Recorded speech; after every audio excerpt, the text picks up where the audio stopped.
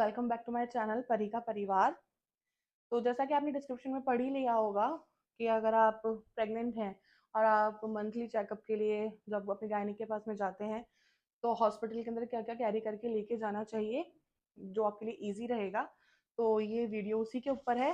तो ये मेरा बैग है जो मैंने वृंदावन से खरीदा था। तो ये मुझे बहुत ज़्यादा पसंद है। हालांकि मैंने अभी चेंज किया है इसको, उससे पहले मैं थोड़ा बड़ा बैग कैरी कर रही थी। तो देखते हैं आपको क्या क्या लेके जाना चाहिए। ठीक है। तो सबसे पहली चीज जो आती है वो आती है आपकी फाइल, जिसके अंदर आपके सारे अल्ट्रासाउंड्स हैं। आपकी डाइटिशियन के द्वारा दी गई आपको जो डाइट आपकी चल रही है वो डाइट है। आपके सारे प्रिस्क्रिप्शंस होंगे इसके अंदर। आपकी सारी ब्लड रिपोर्ट्स जो हर मंथ हो रहे हैं, सारी चीज़ें वो इसके अंदर। सबसे मस्ट चीज़ है, हॉस्पिटल जा रहे हैं तो अपनी फाइल ज़रूर लेकर के जानी है आपको। तो सबसे पहली चीज़ आपके बैग के अंदर होनी चाहिए आपके हॉस्पिटल की फाइल। ठीक है। उसके बाद जो चीज़ आती है वो आती है हैंड सैनिटाइजर। ठीक है। अब क्या है, हॉस्पिटल जाते हैं और आप प्रेग्नेंट हैं, आप कोई भी मेडिसिन ऐसे नहीं ले सकते हैं। तो आपको जितना ज़्यादा हो जाए हाइजीन मेंटेन करके रखनी है, अपनी हेल्थ का ध्यान रखना है और सारे वायरल वगैरह से खुद को प्रोटेक्ट करके रखना है। तो उसके लिए चाहिए कि आप बार बार हैंड सैनिटाइज करते रहें हॉस्पिटल के अंदर, क्योंकि वहाँ पे आप कितने भी अच्छा हॉस्पिटल में चले जाएं, वहाँ पे हो सकता है आपको कोई ना कोई वायरल इन्फेक्शन हो जाए। सर्दी जुकाम बुखार एनीथिंग कुछ भी हो सकता है और आप दवाई भी नहीं ले सकते हैं, बेबी के लिए भी हार्मफुल है। तो हैंड सैनिटाइजर मस्ट है। तो दूसरी चीज है ये हैंड सैनिटाइजर।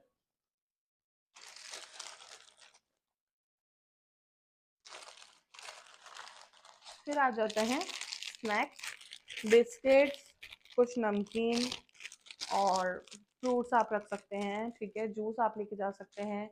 इसके अलावा ड्राई फ्रूट्स आप लेकर के जा सकते हैं। तो ये सारी चीज़ें, कुछ स्नैक्स आपको हमेशा रखने हैं क्योंकि हॉस्पिटल में कितना टाइम लग जाएगा आपको पता नहीं। हालांकि हॉस्पिटल के अंदर कैंटीन्स होती हैं, बट स्टिल आपके पास में रहेगा।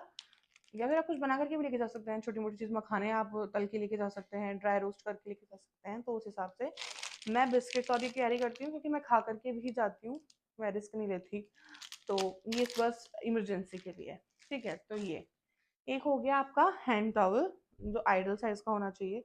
वो इसलिए था कि अगर आपको वहाँ पे अगर आप यूरिन सैंपल दे रहे हैं, ब्लड सैंपल, और आपको कुछ खाना भी है तो ऑब्वियसली आपको हैंड वॉश करना रहेगा।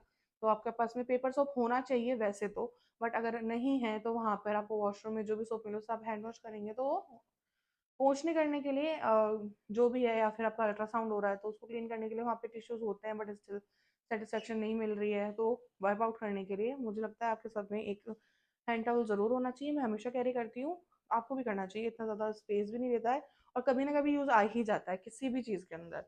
तो दूसरी तीसरी चीज़ हो गई आपका हैंड टॉवल। ठीक है।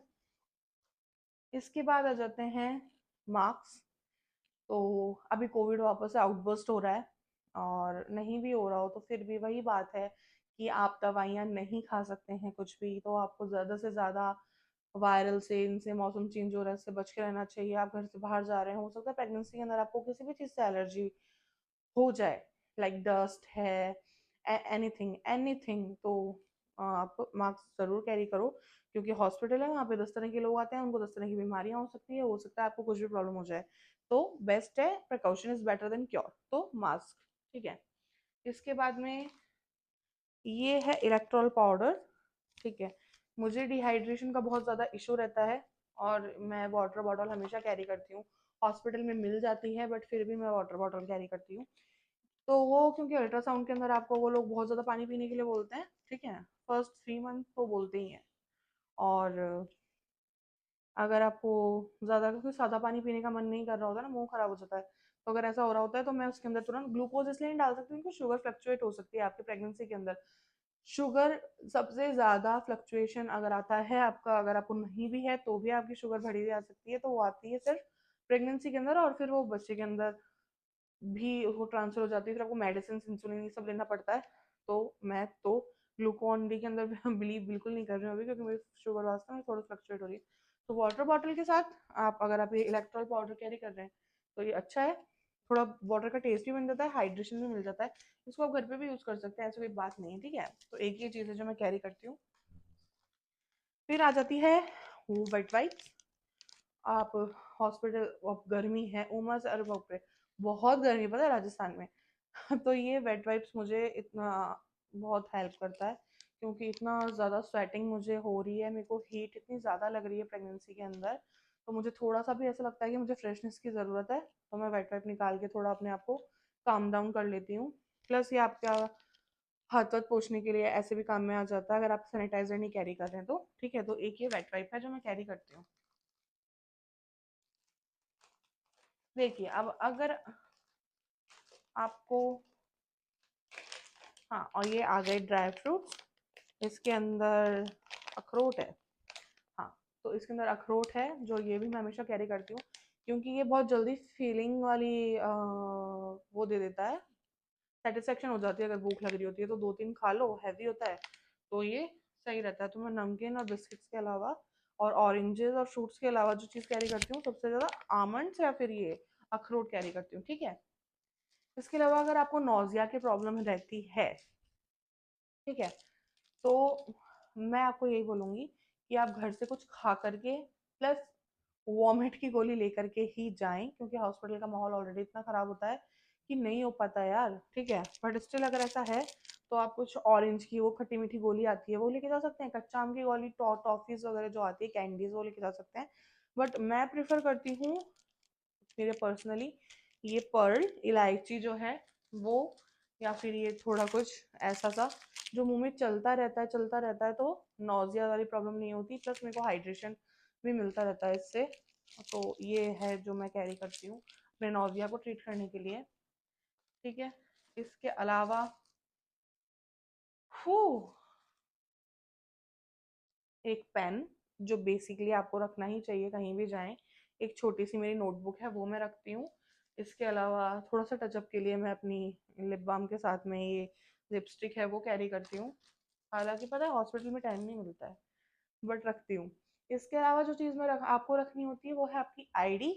आपका ड्राइविंग लाइसेंस हो सकता है, आपका आधार कार्ड हो सकता है, या फिर कोई भी आईडी आपका, इनकम टैक्स का जो होता है वो आयकर विभाग वाला, वो licence whatever it is, जिसमें आपका फ़ोटो हो। वो इसलिए क्योंकि आपको हर अल्ट्रासाउंड के अंदर अपनी आईडी वहाँ पे दिखानी पड़ती है, तो वो प्रॉब्लम ना हो इसलिए वो तो आप डाल करके एक बार छोड़ दो, भूल ही जाओ, क्योंकि वो आपको एंड तक, आपकी डिलीवरी होगी उस दिन तक काम में आने वाली है, तो वो आपको ज़रूर रखनी है, ठीक है।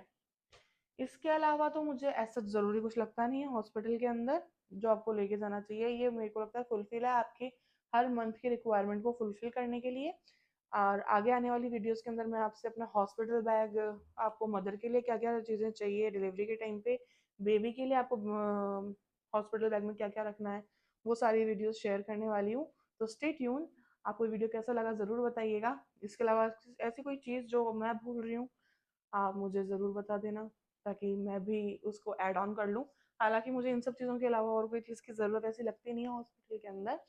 मोबाइल फ़ोन वगैरह ऑब्वियसली हम वो कैरी करते हैं, तो वो इतना ज़रूरी नहीं है कि मैं इसमें मेंशन करूँ। और चार्जर वगैरह इतनी देर का काम होता नहीं है हॉस्पिटल के अंदर। तो या ये सारी चीज़ें हैं जो आपको हर मंथ अपने डॉक्टर के लिए जाएँगे विज़िट के लिए तो आपको चाहिए रहती है। तो ये था इस वीडियो के लिए जो भी था, और ठीक है अब मिलते हैं अगले वीडियो के अंदर। बाय।